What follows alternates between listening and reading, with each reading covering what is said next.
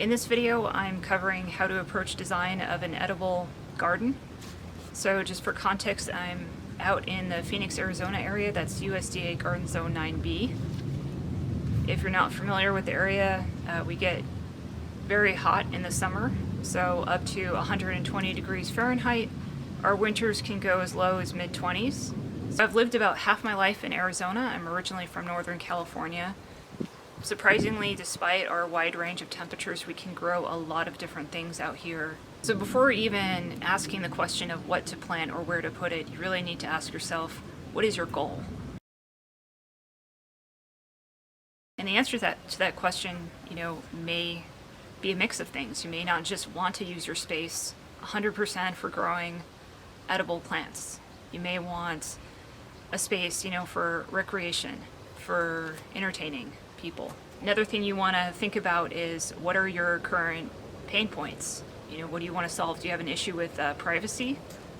Do you live in a neighborhood where you have two-story homes surrounding you and you want privacy from that? Because that's going to go into your plan. Maybe you live in a neighborhood where noise is an issue. You have noise pollution coming from your neighbors. So that's another aspect to consider. Beyond those goals and pain points, the other thing to consider is, how much of a role do you want those plants to play? Do you want complete self-reliance, that you're able to grow everything that you eat and you're basically able to avoid the grocery store completely? You're expecting your outputs to essentially, sustain you. That's going to definitely influence what you plant. There's no room for just planting things for fun. You want everything that you're planting to be productive, to maximize that potential to feed you and your family. Our goals can change over time. I know personally with me, when I bought this property 10 years ago, installing an edible landscape was not in my mind. It was all about recreation. Put in a pool, put in a spa, put in a lot of hardscape, and huge lawn area for my dog to run around on. That was important to me at the time. But while I was always interested in gardening, it wasn't until about 7 years ago that I got introduced to other YouTube channels like The Vegan Athlete. It really changed my thinking of how I could use my landscape, really elevating it from just a pretty landscape to a landscape that would actually provide food for me. We talk through the design concepts. I'll actually walk my yard and show you things that worked and things that don't, and really considerations based on your goals. Again, because my goals likely are different than yours. Everyone is going to have a different priority on what they do with their landscape and different space considerations, and that really is going to drive, what you plant or don't plant. Part of your edible landscape may also include chickens, so I wanted to give them a mention here. As you can see, I've got a coop here and I've got a run which houses 2 hens. So a lot of gardens include hens, as hens not only provide eggs for consumption, but their waste is really a valuable input into fertilizing the garden. And I've done a previous video detailing out the benefits of chickens in the garden, so definitely encourage you to check that out if this is of interest to you. But my main point for mentioning it here is, if it is a goal of yours to include hens in your space, then you're going to want to include that in your design. Because when it comes to providing hens a good environment, you have to think shade. And you have to think infrastructure. This run takes up quite a bit of a footprint here in my garden, as well as the coop. Just adding a tarp, to the top can provide that temporary shade for them, but long term, something like this Royal Poinciana that produces a large amount of shade in the summer is really essential to keeping these grows cool. Another infrastructure type item to consider in design is a pond. And by no means is a pond essential for an edible garden, but it can be a really nice complement. It provides respite to wildlife like bees, helps them cool off, birds, of course, and even amphibians like frogs. Gives you an opportunity to grow aquatic plants. The water is very nutrient rich, so you can use this to also water your plants. Beyond all that, a pond is kind of a natural rain catchment system. So you can capture some of that rainfall in your pond, you know, and use that to water your plants. Personally, if I were to move, I would definitely have a pond installed again just because I get so much enjoyment out of it. To have one built is not cheap. At the time, this cost me $13,000 to have it built, and it took about a week to build. You can definitely do something like this on a smaller scale, do it DIY, but you're going to want to plan on location again in your design because a pond generally needs two inputs. Water line for the autofill to keep the water level where it needs to be, and also to run that waterfall and pump, it needs electricity. So just something to keep in mind. Also, if I had to do this over again, the pond was more or less something that I put in after the rest of the garden was already installed. So it's not in the best location. It actually faces west, so it gets a tremendous amount of sun on the water, which can cause some algae issues, and also heats up the water more than if it were in shade. So if you are thinking about a pond, I definitely would put it in a location or plan to build a location that would give it afternoon shade.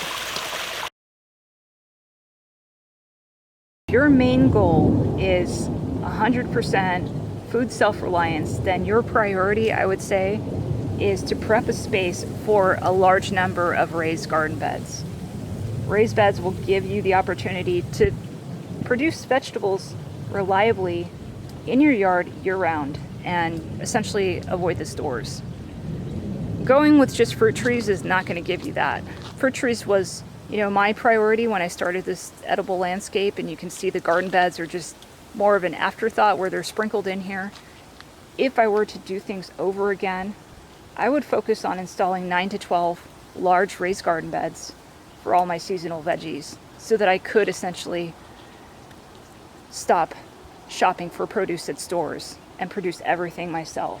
When you're planning out your beds, definitely put them all together in one spot, group them together so that you can automate the irrigation to that area, especially with their summers and how frequent you're going to have to water your veggie beds. You definitely want automated irrigation set up. So my very first suggestion, design in your irrigation line runs for all of your beds. And I'd say if you have 9 to 12, you're going to have a really good source of food for the entire year. And I will mention that my focus is not on garden beds, but if you want a great resource, Growing in the Garden is a fantastic resource for us in Arizona. She does a phenomenal job showing you what to grow and when to be successful with. Clearly has a lot of experience doing that, so definitely recommend you checking out her channel for all of the details on growing your food that way. The reason I really emphasize garden beds over fruit trees is because you get all of those different crops based on season. With our fruit trees, you typically can find a different type of fruit to eat each month, but there are definitely lulls where there's nothing to harvest in the garden. And really the last thing I will mention on raised beds is you can see that I've opted to use the Vigo aluminum raised beds. I just like that because of the longevity. You can go with cinder block, that's going to last a really long time, or you can go the route of wood, but I do not recommend wood only because with our elements of sun, that wood's going to degrade pretty quickly, and the constant moisture, you're going to potentially have issues with termites unless you go the route of redwood, which is going to be quite costly these days with the price of lumber. Odd as this sounds, another consideration to design what you put into your landscape is going to be based on water usage. So every plant you opt to put in our climate, even desert adapted trees like mesquite, are going to need supplemental water. Rainfall is simply not going to cut it here. It's really why the term food forest doesn't really apply to our area. It's not possible for people in the Phoenix metro to have self-sufficient garden that doesn't depend on you for some water. Even if you opt to use rain barrels, swales, or a pond for water catchment, you're not going to get adequate rainfall to water all of your plants. Low water usage is a priority for you. That will definitely limit what you can plant and how many plants you put in your garden space, and also the size you allow them to get. As the plant grows larger, it's going to have larger water volume needs. If you're looking to have the smallest amount of water usage and still have a few fruit trees, I would really recommend just going the route of container growing and not putting your trees in the ground. The reason I recommend container growing is because that's really going to limit how big your plant gets. It can't go beyond the confines of that container. Because they stay small, then of course your water volume usage or needs of the plant aren't going to be all that high. And you can definitely container grow a lot of these plants. You know, I'd put them in afternoon shade, of course, but you can grow pomegranate, figs, citrus, and actually a lot of your stone fruit trees in a container as long as you prune them regularly. Most of you are not going to fall into that camp, I suspect, and understand that you're going to have to water your trees if you want a tree to grow large, provide shade, and produce abundant fruit. You really can't get that in a container. You can get some fruit, but not a whole lot. So if you are one of those that do want to put things in the ground, but also want to really watch your water consumption, then I would suggest not planting a fruit tree that's not going to give you a lot of fruit. So you're going to want to stick with those things that really are proven and productive in our climate. Not dabble with subtropicals like I've got here, that produce minimally, if at all. This may be an obvious point, but also don't choose to plant trees that won't give you fruit that you enjoy. It's amazing how many people plant, guavas or other trees that they've never tasted the fruit from and then discover they don't like it. Definitely pick something that you enjoy, that you're going to eat. Otherwise, it's a waste of resources. And of those trees you put in, I really wouldn't say, unless you have a huge amount of space and just want a lot of production, to plant more of the same thing. So early on, I didn't know how to graft, and I put a lot of trees in the yard, especially fig trees. Having lived and learned on that, I would definitely invest in grafting up front, learn how to do it, so that you can diversify your trees when you put them in. That way you get a lot of variety. Because if you do grafting right, you'll pick the varieties that will help with cross-pollination, increase the amount of fruit yields you get. So let's just go through some fruit trees that are going to be really productive that you can grow, that are going to be winners. It's going to be figs. You can see my Panache Tiger fig here produces hundreds of figs reliably every year. Asian pear is another one. You can see good amount of fruit set on this tree. Guava is going to give you 2 crops of fruit, very easy and reliable. Barbados cherry or acerola, you can see this one's trained more into a tree. Apricots are a fantastic stone fruit to plant.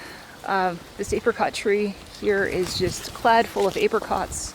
Will provide hundreds of fruit once established.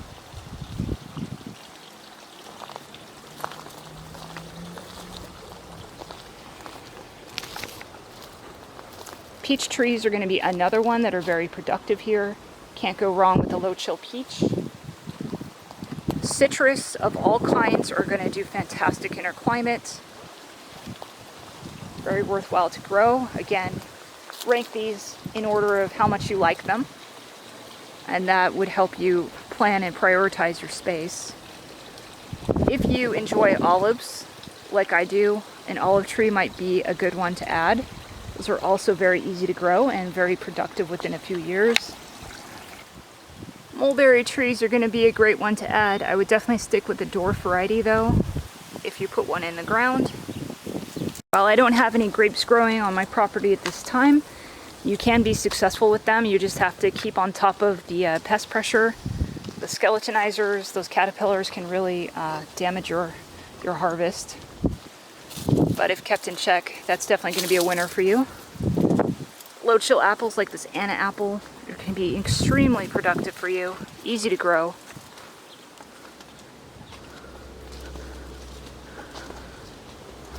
Quince is another very, very easy to grow fruit tree that will be productive for you.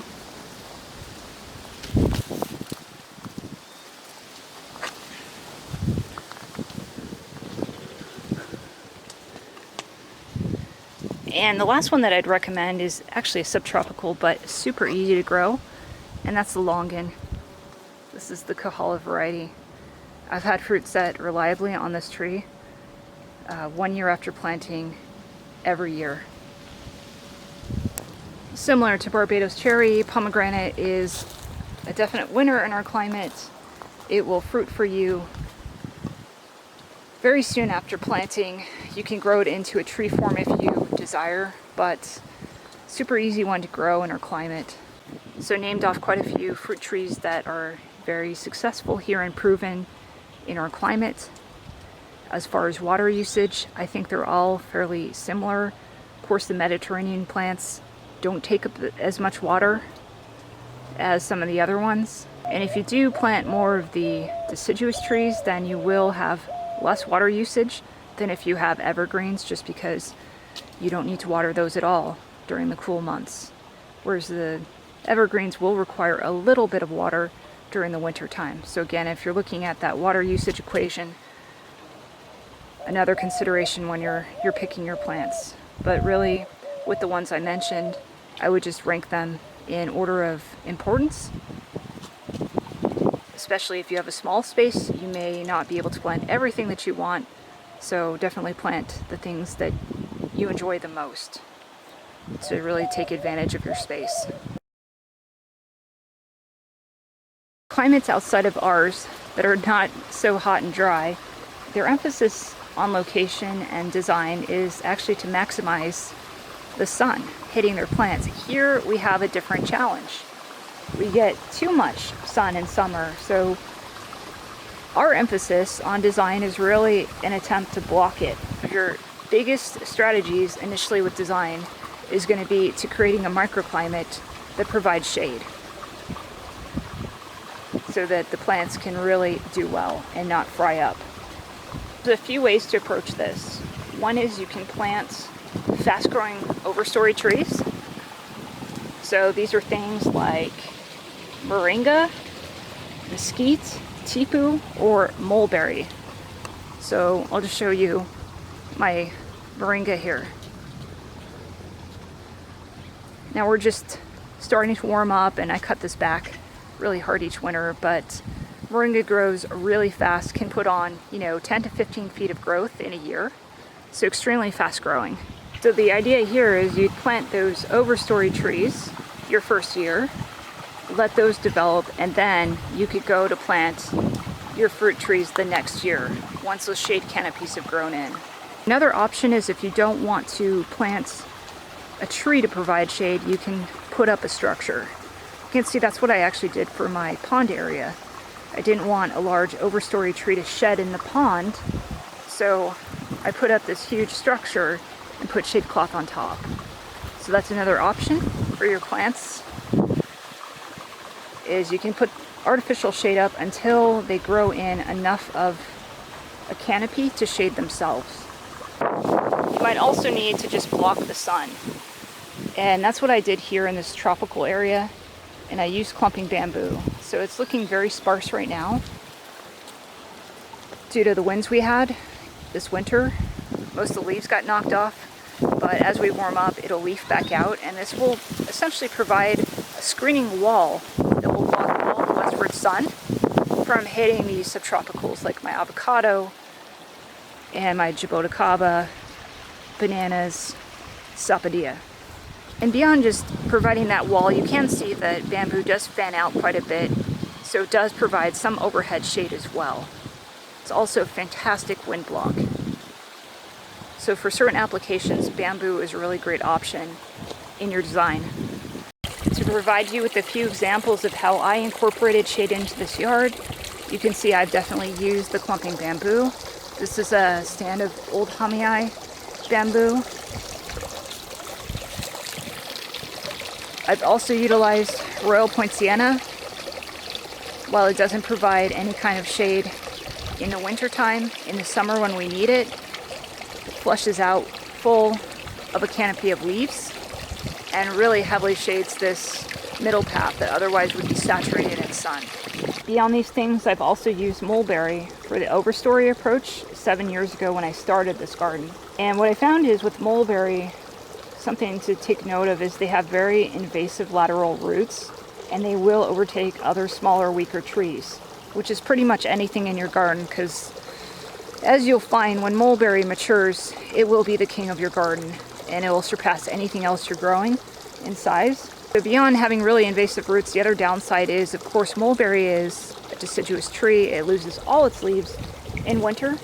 So if you are looking for both privacy and shade, you're really going to want to avoid mulberry, because your privacy will go away in winter when they lose their leaves. There are a few reasons why I cut down my mulberry trees and replaced them with these ice cream beans. One is their root systems are not going to be as invasive as mulberry. 2, they provide that canopy year-round. It's an evergreen, it's going to stay green. And 3rd, they're actually nitrogen fixing, so it provides food to my other nearby trees. As far as mulberry varieties, I still have my Shangri-La, but in hindsight, I really would stick to dwarf everbearing varieties if you can in, a yard setting, as they really fruit prolifically as compared to other varieties. And they're going to stay to 15 feet tall. If you go with something like a Pakistan, those are going to get at least double the size, 30 feet or more. So a lot of tree to handle and keep pruned back. So we're talking location. Another thing to think about is windbreak. There are trees like starfruit that are wind intolerant. They're not going to be able to deal with it. Wind also can knock off a fair amount of your fruit when we get those gusts in springtime. So on the windbreak and privacy aspect, if I had to redo my yard over again, or even just move to a new property, plant the entire perimeter of my yard out with clumping bamboo, about 5 feet from the wall, and about 10 foot on center. So this would not only provide a windbreak for any plants, it's going to also provide that privacy screen, because it's an evergreen, and they grow at least 15 feet and higher once they're mature. So if you two are looking for that windbreak privacy aspect, clumping bamboo really fits that well, better than any other plant. And unlike a huge canopy tree, the maintenance on these bamboo are a lot easier. You're just annually maintaining the canes, cutting them out from the bottom. No need to get on, a ladder like you would with a big mesquite tree or something. Another point on location, and probably my biggest regret and advice, is to plant your trees in like groups so that your installed irrigation lines are going to be compatible with the trees. At a minimum, what I mean by this is that you should plant all of your stone fruit together, all of your citrus or evergreens together in a group, all your veggie beds together in a group, not mix and match them all over the place like I've done in this yard. The reasons I say that is because each of those groupings of trees are going to need different watering depending on the season. In summer, of course, they all need to get watered. But when it comes to wintertime, your deciduous trees don't require water. And the way that I've got these mixed up, where I have my guavas and my apricots on the same line, I'm needlessly putting down water to the apricot tree. I have the same story going with my veggie beds. They're interspersed with my trees on the same line because they were an afterthought. I don't have a dedicated line for them, so they're being forced into the same schedule as my trees, which is not ideal. In the event that you already have trees that are, speckled in with each other, then I'd say my best advice is to get an adjustable emitter like this, so that at least you can turn off those emitters to trees that you don't want watering at certain times of the year. But that is kind of a pain and not really practical if you've got a lot of trees. So if you're starting out fresh on a new lot and you're installing the lines, my best advice is, again, to group those like trees. My final thoughts to you on location is, if you can, really try to plan your entire garden space out at one time. I did not do things ideal with this property.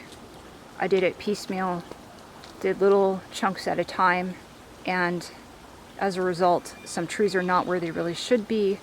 My irrigation lines zones are really not set up to be as efficient as possible or as effective as possible for these plants. So if you can, definitely plan out your entire space. So certainly there could be cost constraints or time constraints where you're not able to implement your plans all at once, but at least getting it on paper and knowing where things are going to go It's going to be a huge help down the line, so you're not having to rework things later on, pulling out trees, redoing irrigation. Really good to get all that planning up front. Mulch is going to be part of your design. If you're going to have any chance of a successful edible landscape, you are going to need heavy mulch on your ground. It's going to insulate the roots, keep them cool in the summer, and it's going to avoid the water evaporation as well. So, grass and leaves are definitely good sources, but because those items don't really scale, most people will do a chip drop where they get a large amount of material, wood chips, and lay that down on their landscape. So one thing I do want to mention, it's not really an upfront concern, but if you can take care of it or think about it up front, it'll help you again with the rework, and that's garden borders. Mulch can be really messy around things like pools, patios, and ponds, as they will drift with wind. My experience was I went and thought about pathways after the fact, wanted a more formal look, wanted to contain that mulch from blowing into areas of my landscape that I didn't want, and so it was more of a test, just because you have to watch your irrigation lines, you have to watch plant roots if you're excavating and putting in a path. So if you can think of that up front, include that in your design, that's going to be a good thing.